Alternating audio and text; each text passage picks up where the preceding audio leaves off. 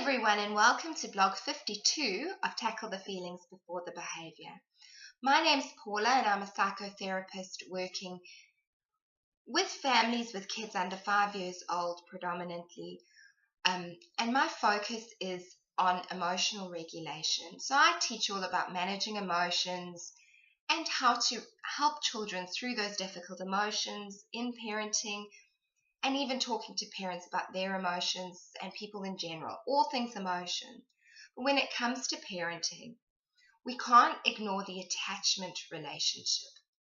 So this comes from Bowlby's theory of attachment, which it's basically about the relationship between parent and child and how vital this is. So a bit of background is that we all need at least one attachment figure, one person, reliable adult, that we form this bond with. It's a relational bond that we form. And it's usually the parent or the primary caregiver, and usually both parents. If you're lucky enough to attach to two parents, that's so great. So we need this relationship in order to learn how to be in the world, in order to have a relationship with ourselves.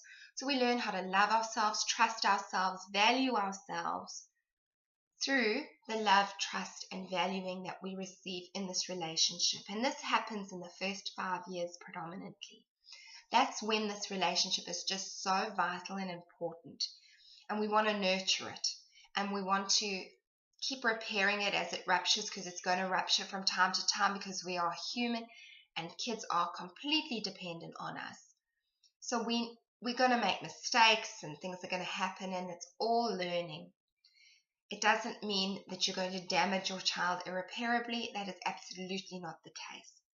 But it really is helpful for healthy development to have an idea about this bond and your role in it, and to have an idea about how to increase that connection, how to help children feel connected to you, even when you're not with them.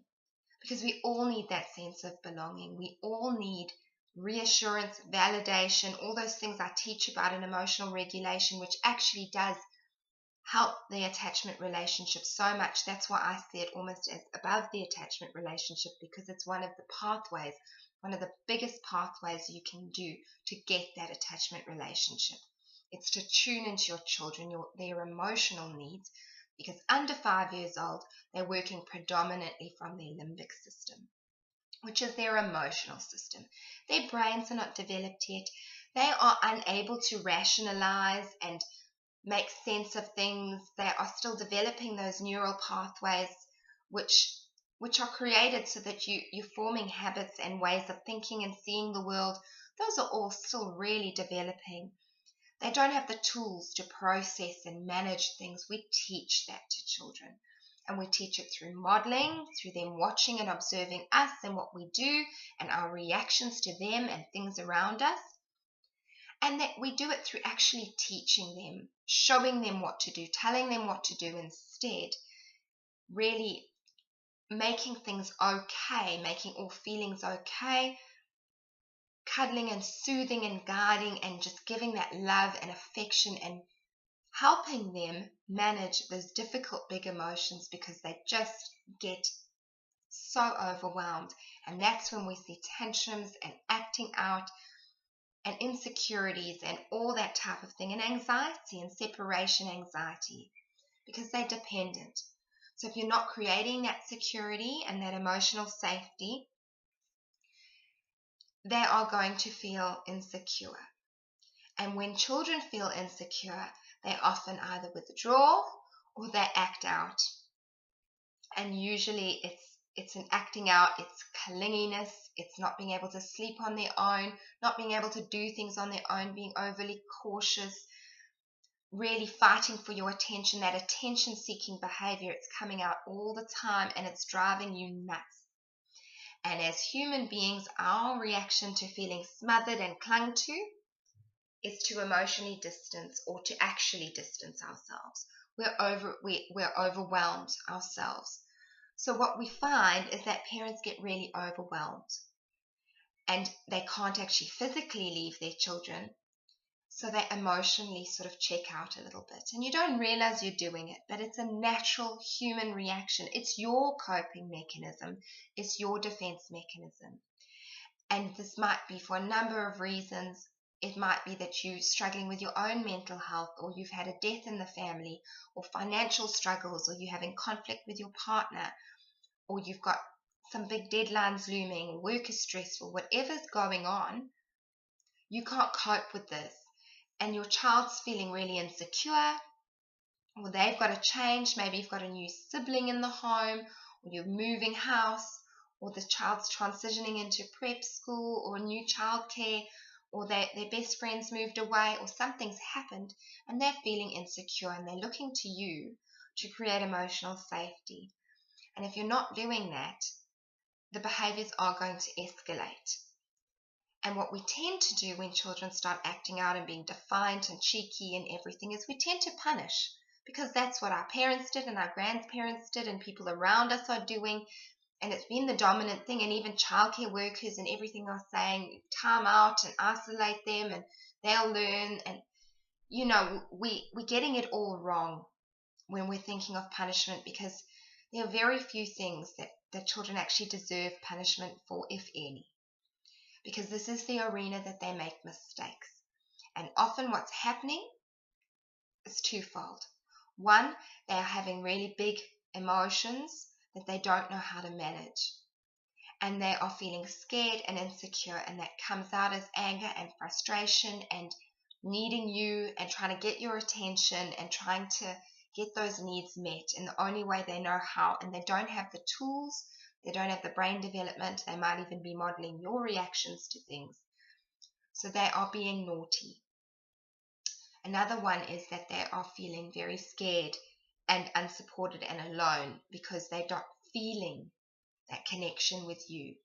You might be saying you love them, that you're there, that it's all okay, but they're not feeling it because emotionally you've pulled back. Emotionally, they can feel that you're a bit over them, that you're angry with them, and they don't know what to do with that. So both punishment and that emotional distancing can create some shame, where they don't feel good about themselves. They feel naughty, and they desperately want that validation from you. They want that connection with you. They need it. They need to feel okay about themselves, about you. They need to feel safe in the world, in their home. They need to understand what these changes mean, where they sit in this. And so instead of punishing, we need to be educating. We need to be guiding. And so the first thing I will say is that we need to create consistency. When you have this lack of connection, they need to feel that safety. They need you to be consistent. So that's in your voice and your tone and what you're saying. So you need to be following through. If you're saying no, mean no. Don't go back on your word. Don't give in. I know you feel guilty because they're crying and it's really difficult, but it's more harmful for them for you to backtrack on what you've said than it is for you not to give in and for them to be upset about not getting something, because being told no is difficult for all toddlers. It really is. It's a lesson we have to learn the hard way. But once you impose that and they know they can't whittle you down, because when they learn they can whittle you down, they will do it. When you say no, or when you say you're going to do something, follow through. Tell them what to expect and when. Talk it out. Be very matter of fact. We're going to be doing this. We have this at this time. We have bath time every day. We do stories before bed. We have quiet play. We're going to see grandma tomorrow. You've got school orientation. When I'm finished with the baby, feeding the baby, I will play with you. I'm a bit tired at the moment, so we can only play for a little bit, but we will play another time. That other time will be later or tomorrow. Talk it all out. Then you want to really nurture and give them something to feel connected to you, because they want to feel connected to you. And it's going to look like you need to be with them 24/7, and that's going to make things worse because you're not teaching them how to cope without you. And that's one of the big jobs as a parent, is to teach independence. You want them to feel safe and connected to you, even if you are busy going to the shops, if they're at childcare or school, whatever it is, you want them to feel okay without you, but still know that you're there, that your love doesn't go away just because you aren't physically there, that your support is there with them. So there's a couple strategies that I will explain out to you as best I can in this short little blog. And it's basically to give them something of yours, or give something to them that's meaningful, that shows them that connection. So is it a little piece of jewelry? Is it something of yours to wear, like a scarf or a t-shirt, especially at night time? A mum's made a pillow out of their old dressing gown that smells like them. Another mum, and if you go onto my Facebook page, you'll see it, got a little squashy doll made with a picture imprinted of herself on it, and she put it in her kid's backpack for school, and he used it at night time, and it worked really well, really quickly. Other things are little trinkets or whatever, notes in the lunchbox, a keychain with your photo, whatever it may be, something to help them feel connected to you. Another thing you need to be telling them, and there's a book called The Invisible String, if you look it up, that you can read to them, but this is basically what I prescribe to parents. You teach children that their heart is connected to your heart by an invisible string, and this string is indestructible. Not even Superman can cut this string, and it's elastic. So even if you're other side of the world, if you at the shops or in the back garden, wherever it is, this string is elastic, and it's like that forever. Forever and ever, you will forever be connected. It's like that with mummy, it's like that with daddy. Families, parents have this with their child. And so no matter what you do, and this is important to say, no matter what you do, no matter how naughty you are, no matter how angry I can get, this will never ever break. Our love will never ever be cut off. I will always love you. We're always connected. And then you remind them, because kids need repetition. So you remind them often. Remember the string, and if they're struggling and there's some separation anxiety, keep reminding them. You don't have to tell the whole story, but sometimes you want to reboot that. I usually say morning and nighttime, and you just do that quite a bit if you're having separation anxiety. Another thing is to talk about love, that you can be angry and love someone at the same time. Talk about that you can have different emotions at the same time. Make the distinction between their behavior being naughty and them being good. So they are still good-hearted, loved, beautiful people. Talk about the family as a whole if you've had changes in the family. Really do some work around what that all means. If they're co-sleeping, try and move it back into their bed. Don't keep giving in to that. Don't keep thinking that you need to be physically with them to soothe them. You want to be developing those inner resources.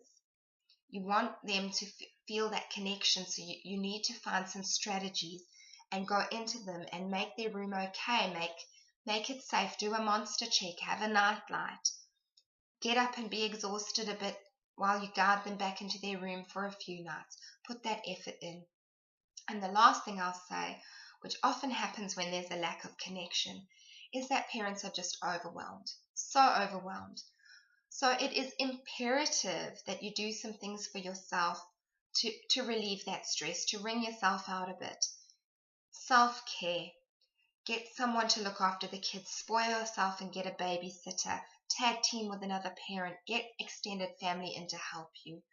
Do something to allow yourself some space and some time, because the more stressed you are and the more reactive you are, the more the behaviors are just going to increase.